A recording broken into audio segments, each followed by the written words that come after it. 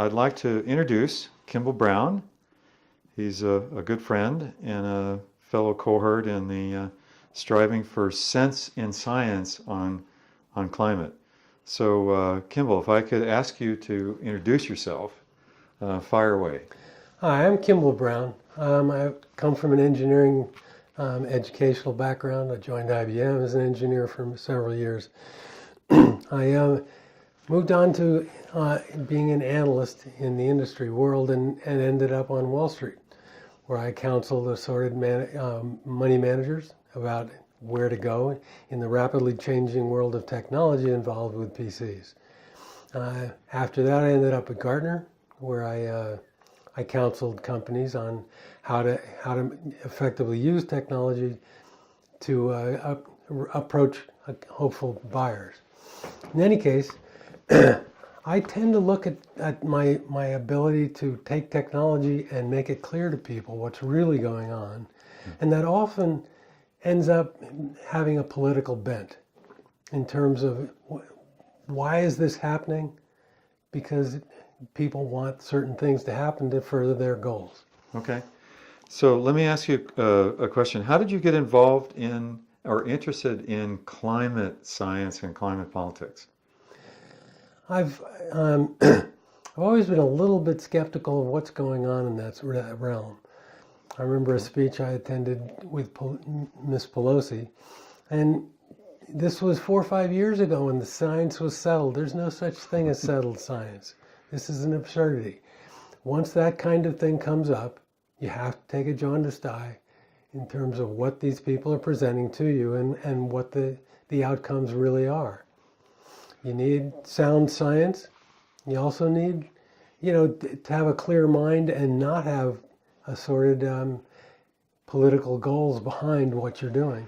So, and Nancy Pelosi is the king of this kind of thing. Yeah. So as you began to see that climate science and politics were very intertwined, how did you respond to that? I wanted to look beyond and see what's really going on here. Climate science and politics, what was some of the early policies that affected you? I think you'd mentioned earlier about the cap and trade. Maybe you can expand on that. Yeah, I guess it really centers down is the effect of CO2 on the environment. There's never been a proven scientific fact involved in those two actually coming together. There's anecdotal evidence here and there, but there's not a solid discussion of CO2 driving climate change. I'm not a believer in that whatsoever. And if that premise is false, then the entirety of the climate change discussion is all about politics. When you come to these realizations that this is highly politicized, how much effectivity have you had in conveying that to other people so that they can believe it? The premise here, it's easy to get people excited about CO2 ruining the planet. We've all seen the Exxon Valdez results. We've all seen, spills and unbelievable pollution and so on that seems to be ruining the planet. The planet's a big place, by the way. And, there is no scientific connection, but people are trying to make this a central theme of how to build the planet, how to work with it going forward. And it's wrong. Yeah. So what do you think motivates them? What is the motivation? It's clearly money. It's clearly a view of the world that, we should all be one state and we should all be part of that world order. In talking to people that believe in this, they do things like buy an electric car. And then when you tell them, yeah, but when you charge it, you're probably using either natural gas or coal to charge it at the other end, at the power source. Okay. They don't understand that. It doesn't make sense to them. They've already made the investment to change the world. Yeah. And they haven't done anything. So it should... Except pollute it more with lithium-ion batteries. They think I'm the one who's crazy. Yeah. Full disclosure, we did look this afternoon at some of the highlights of day 2 of the so-called summit meeting, the Jerry Brown summit meeting. And you saw Al Gore and you saw Jerry Brown and you saw a number of other people, including the guy from Kenya. and select others. What were your general impressions after having seen that? Fluff. Fluff. I never heard the word CO2 through the entire presentation, 6 hours as I remember. Yeah. And this is all about settled science, which is an absurdity. Yeah. There's no such thing as settled science. Jerry Brown basically made several statements at the end of the Rah Rah rally. It was a very good rally for a football team, but it doesn't necessarily affect in a positive way all the good, what we should do going forward. But Jerry Brown had some words to summarize. Do you remember those words? Well, the words I remember are, it's going to cost a lot, and that's okay. And that's okay. That's not relevant. Yeah. We need to make these changes. And you realize everything he wants to do, it comes hardest on the poorest people in the country. Yeah. The people trying to commute 3 hours to work. The people who are trying like heck to be able to pay their power bill. Yeah. Governor Brown doesn't give a darn. And he's very proud about the thing that he's about to send up into outer space. Well, the absurdity about the satellite that he's mentioned. Yeah. The company he's working with has sent up hundreds of these things. Yeah. This is nothing new. This is an incremental nothing. And it just excites the base, but it doesn't mean anything to the real world. And even Jerry Brown, in his summary statement, made the statement of the discussion is over, it's time for action. How the reliance upon the 97% consensus, maybe you can describe that. One person I talked to, we were discussing whether you've got scientists that believe up to a clip of 97% that our climate going forward, the changes are man-made. So you only got 3% that don't believe that. It's kind of hard to understand how that's the case when there's no proof whatsoever that CO2 has any effect on the climate. Yeah. That aside, how do they come up with this 97%? In fact, there have been multiple studies that come up with the identical 97%, one of them on a base of, say, 1,000, the other one 10 times that, and they came up with the same 97%. How can they possibly come up with that? Yeah. And then there's a final paper that came out, and they actually went through 12,000 papers, and 0.3% believe that the climate is man-made. Yeah. Yeah. There's a problem here. There's a problem here. And so people I talk to say, I don't understand either side, but I'm going to go with the scientists. You can go with the scientist. And the ones that believe 97%. Well, the public with the idea that it's settled has no idea. Has no idea. There is no discussion. The EPA was going to do a red team, blue team. Well, if the climate, the AGW people, we call them DAGW because it's extremely dangerous. And, well, the questions they're asking these scientists obviously are stilted toward one direction. The conclusions are made before the research is done. I mean, it is a problem.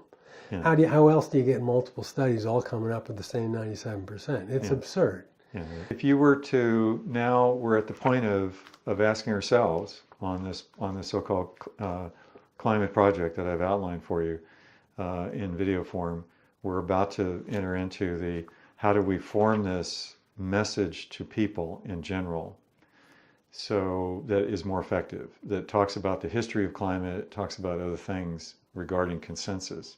What thoughts do you have? What sort of, not necessarily in priority thought, but what thoughts do you have about how to convey that message? Well, I get this question, what should we do? We should do something. We have to do something. And all that comes back to is this relationship between CO2 and the climate. That's the only thing that we can do is reduce CO2. Yeah. Well, this is absurd. CO2 is not a problem. It's a needed gas to live in this world. More CO2 is better.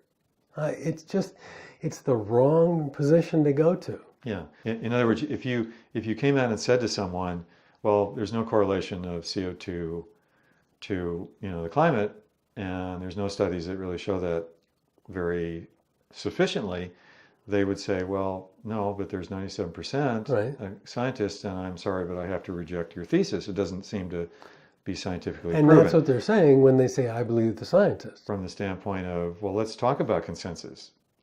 How would you expect that conversation to go? How would you enter that conversation to get them to say, gee, I hadn't thought about, that. And if you gave them a synopsis of what we talked about in terms of consensus history and said, well, really, there never was proven to be a 97% consensus of dangerous impact of humans on the climate.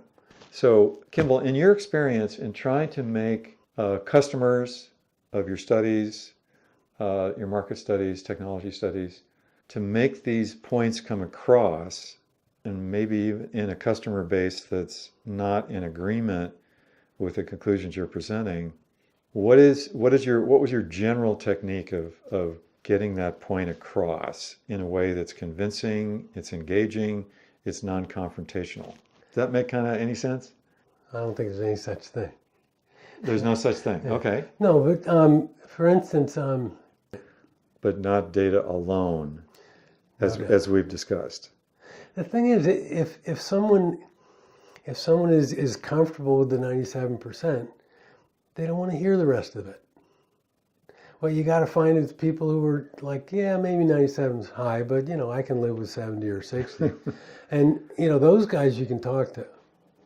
But the people who are already sold down the river on this thing, they just think I'm a skeptic fool. Yeah. And that my data comes from just people making it up, whereas the real data, the 97% is real data, and exactly the opposite is true.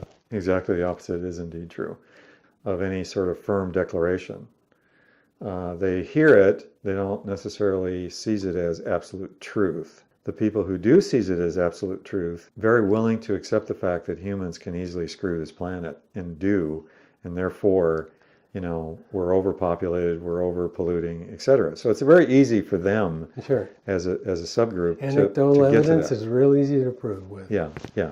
And so you can look at the people that are slightly away from that, come back a notch or two Right. away from that sort of religious view of climate Exactly. and environment. And those are the people that we're trying to really understand and reach. The skeptics will see this video, the eventual video, not this video, the eventual videos that we're going to produce, and they'll say, yeah, that's a snappy argument. That's a good way to produce. I think your few slides that you showed me about 97% are very compelling. Yeah. For the people on the edge. Okay. I think that, because that's convincing. Yeah, it should be convincing to most people. And it's the 97% believers that aren't even going to look at that presentation. No, they're not going to. Once they get a sniff of the skeptical nature of any sort of information. Yeah, I keep in mind, I tend to have conservative views of the world. Yeah. What should be done to fix problems and such. Yeah. And when I say, oh, and by the way, climate change isn't driven by CO2, people just go, oh, another right-wing joke, Yeah. It's amazing. Or as the woman said at the presentation we went to, what oil company is paying you off? Yeah, right. That was rather humorous. I mean, to disregard the value of fossil fuels is absurd. Yeah. 95% of the energy we get in the world is from that. The other 5% is subsidized to death. Yeah. There is no reason for it, to exist in the marketplace except through subsidies. Yeah. The world lives on fossil fuels, and rightfully so. Yeah. It's lifted people out of poverty to an amazing state over the last couple of centuries. It's just wonderful. Yeah. And to think that that's destroying the planet without any proof, with just believing people like Al Gore, this is absurd. So any final words of advice to the gang of four? How do we reach more people with a message? And I think the target audience is anyone that's not a true believer in DHEW. Well, the first one is the 97%. Make sure that's clear that it's absurd. And the other one is that this CO2 has no bearing on climate.